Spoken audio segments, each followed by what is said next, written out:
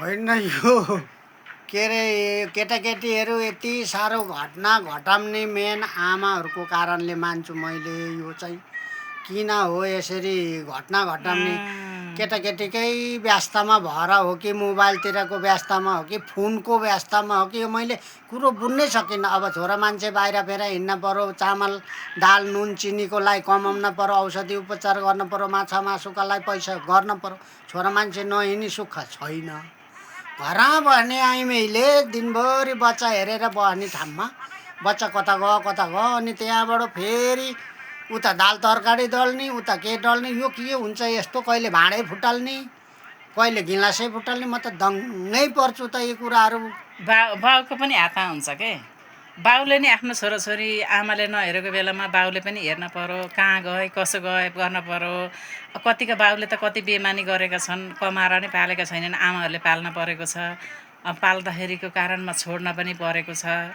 त्यही पनि हामीले हुर्काइयो। मतिर के भनाइ भयो?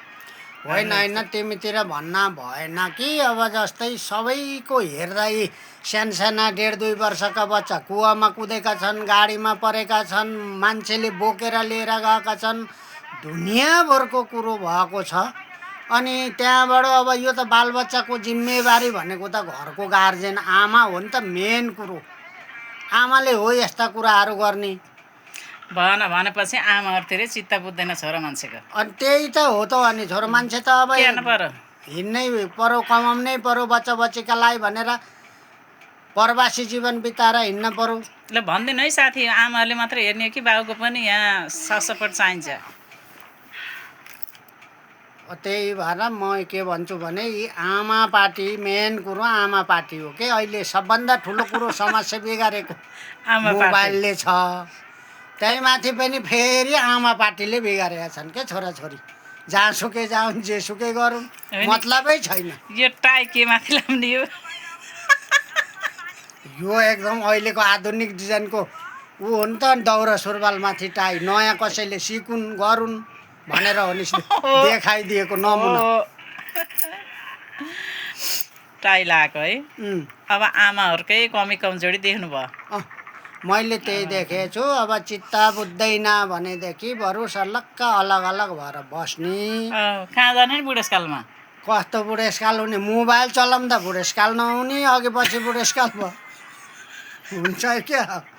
मोबाइलमा भर्खरका हुने, अघि पछि बुढेसकाल लाग्यो त कुरो मिल्दै मिल्दैन नि। जसरी बजाएर बाजा बजाएर डोला चरा ल्याएको त्यसरी फिर्ता दिन पर्यो नि। होइन, त्यसरी फिर्ता अर्नका लागि अब मैले सम्पत्ति दिएर हुन्छ भने अब भएको त्यही हो, बाउको जग्गा सर्लाक्कै दिन्छु। त्यसमा चित्त बुझ्दैन भने अब फेरि म 9 महिना घरमा राख्छु, त्यसपछि झार्छु। अनि झारेपछि 15-20 कहिले बिहारेको 16-17 वर्ष कता हो त्यति मैले पाल्छु अनि फेरि पठाइदिन्छु। फेरि मान्छन्? मान्नै पर्यो नि। अनि मानेको माने कुन लाटा छन्? एउटा पिठमा त आउन पर्यो के अरे, कि घर घत्ती लहरी गरेर